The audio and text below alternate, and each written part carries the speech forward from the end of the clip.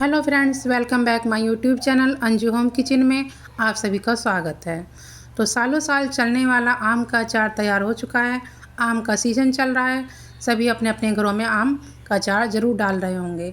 तो इसे किस तरह से डाला जाता है मैं इस वीडियो में आपको पूरा बताऊँगी, और इसको ख़राब होने से कैसे बचाया जाता है ये भी आप ज़रूर देखें।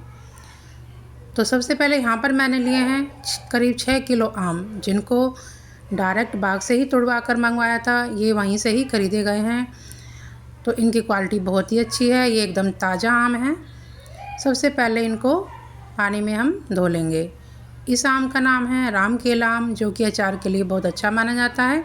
इसके अंदर पल्प ज़्यादा होता है, जिससे अचार बनता है, और गुठली इसकी बहुत कम निकलती है।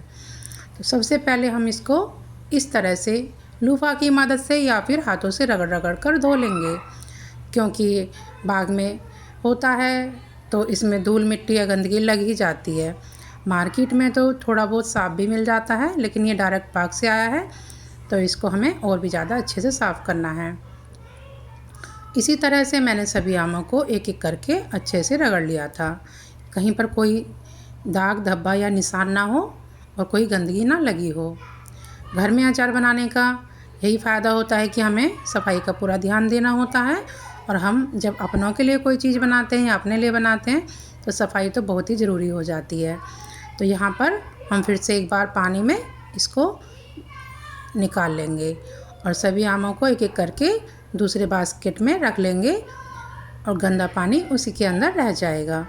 तो इस तरह से हमें निकाल लेना है, और कुछ समय बाद जब इसका पानी बास्केट के ज़रिए अंदर से निकल जाएगा तो हम इसको जहाँ से डंडी होती है इसकी, जहाँ से तोड़ा जाता है या फिर जिसको चैंपा बोलते हैं आम भाषा में, उसको काटना है। वो काटना बहुत ज़रूरी होता है, क्योंकि वो एक चिपचिपा पदार्थ होता है, वो स्किन के लिए ठीक नहीं होता। तो सारे आम धो चुके हैं, अब हम यहाँ से इसको काट लेंगे, छोटा सा इसमें कट लगा देंगे और उसको पानी में डाल देंगे। एक एक करके सभी आमों को इसी तरह से मैंने इस हिस्से से काट दिया था। तो ये आम एकदम अब फ्रेश हो जाएगा, इसमें कहीं भी कोई दाग धब्बा या कोई गंदगी नहीं बचेगी। हम इसको फिर से पानी में डालते जाएंगे और सभी आमों को इसी तरह से बारी बारी काट लेंगे। प्लीज़ वीडियो को स्किप ना करें, सफाई से लेकर इसके रख रखाव तक स्टेप बाय स्टेप मैं सभी चीज़ें बताऊंगी। तो यहाँ पर कहीं कहीं इसका चैंपा पूरे आम पर फैल जाता है, वो भी मैंने इस तरह से निकाल दिया था। टाइम ज़्यादा ज़रूर लगता है, लेकिन ये चलेगा भी सालों साल, इसलिए इसमें ज़रूर ये सब चीज़ों का ध्यान देना होता है। फिर से हमें एक बार इसको पानी से निकाल कर बाहर रख देंगे। तो इस तरह से सारे आमों को मैंने धो लिया था। आम की कई क्वालिटी होती हैं, आप चाहें जो ले सकते हैं। एक दशहरी आम होता है और तो एक दूसरा राम केला आम होता है। अब बारी है इसको काटने की। तो इसको आम कटर भी बोल सकते हैं या आम काटने की मशीन भी बोला जाता है।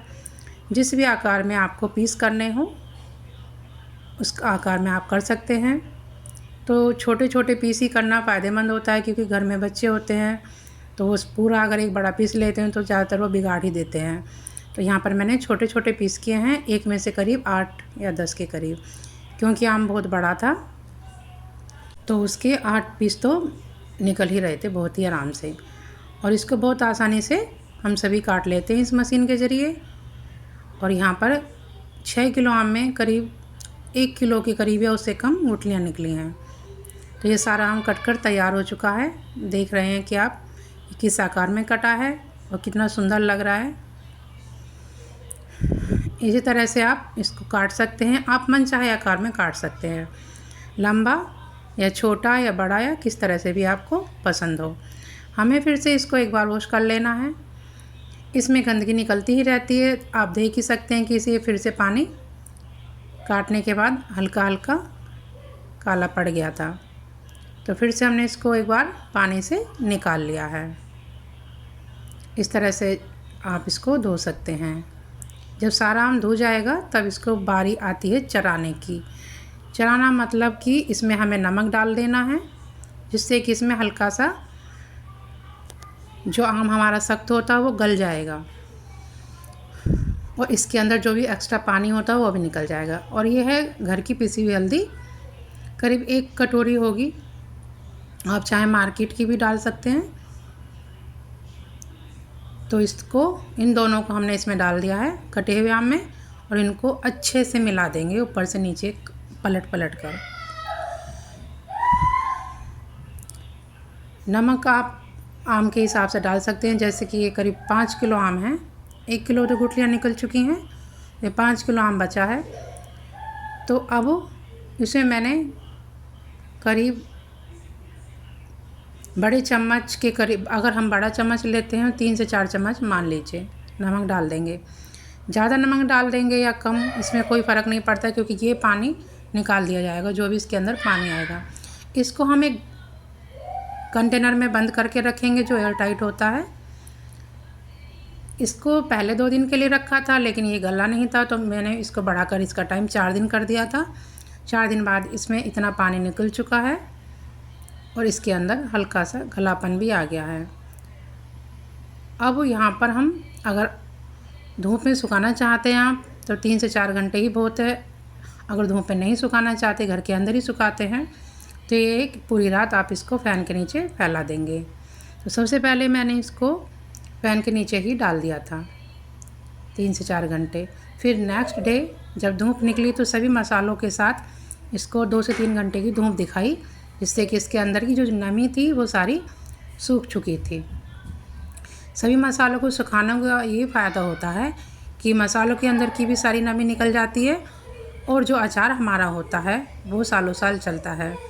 अचार के अंदर किसी भी तरह की कोई नमी ना रहे, यही हमें सबसे पहले ज़रूरी ध्यान देना होता है।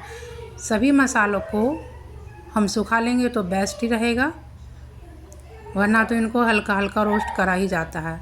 यहाँ पर सारी सामग्री मैंने रख दी है जो भी अचार में यूज होगी, जैसे कि धनिया, जीरा, मेथी दाना, यह है अजवाइन, कलौंजी, सूखा हुआ आम। सबसे पहले हमने इसमें डाल दिया है जीरा, मेथी, उसके बाद हम डाल देंगे अजवाइन, उसके बाद हम डाल देंगे सौंफ। सौंफ की मात्रा इसमें सभी चीज़ों से दुगनी होती है। जैसे कि आपने 2-2 चम्मच सारी चीज़ें ली हैं, तो सौंफ को हम लेंगे 4 चम्मच। इसके साथ ही आप डाल देंगे काली पीली सरसों, जैसे भी आप डालना चाहें, लेकिन पहले हमें इन सभी को धीमी आंच पर, एकदम धीमी आंच पर रोस्ट करना है। उसके बाद जब उसको निकाल देंगे तो यहाँ पर डाल देते हैं हम सूखी लाल मिर्च और खड़ा धनिया जो साबुत होता है। इसको भी हल्का धीमी आंच पर हमें रोस्ट कर लेना है, क्योंकि ये सभी मसाले सुखाए गए थे कुछ समय पहले ही, तो इनको ज़्यादा भी रोस्ट करने की ज़रूरत नहीं है। जब इनके अंदर से एक भीनी सी खुशबू आने लगेगी तो हम गैस को ऑफ कर देंगे। अब सभी मसालों को मिक्सर ग्राइंडर में हमें दरदरा होने तक पीसना है। ज़्यादा हमें इसको बारीक नहीं रखना है। देख लीजिए आप किस तरह से मैंने इसकी पीसा है, हल्का दरदरा। दूसरी तरफ ये हैं साबुत लाल मिर्च, जिनको भी हमें पीसना है। इनको आप ज़्यादा बारीक ना करें, जिससे कि टेस्ट एक अलग ही आएगा। हल्की हल्की सी इनको मोटी रख सकते हैं। सारे मसाले पीस चुके हैं। अब बारी है तेल की, जो कि हमें अचार में यूज करना है। उसको हमें गैस पर थोड़ी देर के लिए सिम गैस पर गरम कर लेना है। गरम करने से फ़ायदा ये होता है सभी चीज़ों का कि किसी भी चीज़ के अंदर कोई नमी नहीं रहती है। तो अब सबसे पहले एक बड़े बर्तन में, जिसमें भी हमें अचार बनाना है, सूखे हुए आम को हम डाल देंगे। तो मैंने एक बर्तन ले लिया है बड़ा, इसमें मैंने सबसे पहले डाल दिया सूखा आम। यहाँ पर डाल दिया आधी कटोरी के करीब कलौंजी। उसके बाद हम डाल देंगे इसके अंदर बारी बारी सारे मसाले। सबसे पहले डाल दिए हैं सारे मिक्स मसाले जो पीस के रखे हैं दरदरे। इसके बाद हम इसके अंदर डालेंगे हल्दी। इसमें हल्दी पहले भी डाल चुके थे, लेकिन थोड़ी सी और बाद में भी डाल लेना है, क्योंकि वह हल्दी पानी के साथ निकल चुकी थी। थोड़ा सा नमक भी डाल देंगे। यहाँ पर डाल दिए कश्मीरी लाल मिर्च कलर के लिए, और ये है लाल मिर्च जो अभी हमने पीसी थी। इसके बाद जो सबसे ज़्यादा ज़रूरी होता है यह है हींग पीसी हुई, इसको भी हम डाल देंगे। ये मेरे पास एक छोटी डिब्बी थी, मैंने उसको भी पूरा डाल दिया था अचार के अकॉर्डिंग जितना भी मुझे लगा। अब लास्ट में डाल देंगे इसके अंदर हम तेल। ये है सरसों का तेल जिसको गरम कर लिया है, ये हल्का गुनगुना है अभी, आप इसको ठंडा कर सकते हैं। ये तेल इसमें डालने के बाद अब इसको हम अच्छे से सारे मसालों को और तेल को अच्छे से मिला लेंगे। अच्छी तरह से हर एक अचार के जो भी पार्ट बनाए हैं उसके अंदर सारे मसाले पहुंच जाने चाहिए सभी तरह के।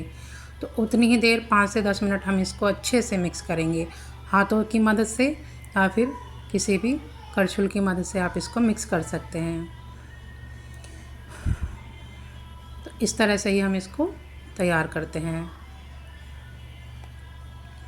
ये देखने में बहुत ही सुंदर लग रहा था और खाने में तो ये बहुत ही ज़्यादा टेस्टी बना है। आप मेरे तरीके से ट्राई करिए और बताइए कि आपका अचार कैसा बना था, कमेंट करके ज़रूर बताना। देखने में आप समझ सकते हैं कि ये बहुत ही अच्छा है। इसमें अभी हमें एक चीज़ और डालनी है जो कि लास्ट में मैं आपको बताऊंगी। यहाँ पर पूरा अचार बनकर तैयार हो चुका है। इसको हम एक डिब्बे में बंद करके रख देंगे, जैसा भी आप बर्तन लेना चाहें किसी भी तरीके का, लेकिन वो एयर टाइट तो होना ही चाहिए जिससे कि कोई भी हवा उसके अंदर ना जा पाए। अब यहाँ पर हम यूज करेंगे विनेगर। आप कोई भी विनेगर ले सकते हैं, यह है कैन विनेगर। विनेगर डालने से जो हमारा अचार होता है वो सालों साल चलता है, उसके अंदर कोई भी सड़न पैदा नहीं होती, किसी भी तरह का कोई फंगस नहीं आता है। 3 से 4 ढक्कन मैंने इसके अंदर कैन विनेगर डाल दिया था, जो कि गन्ने का विनेगर होता है, सिरका, गन्ने का सिरका।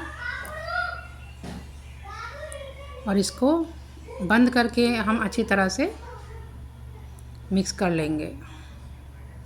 तैयार है स्वादिष्ट आम का अचार।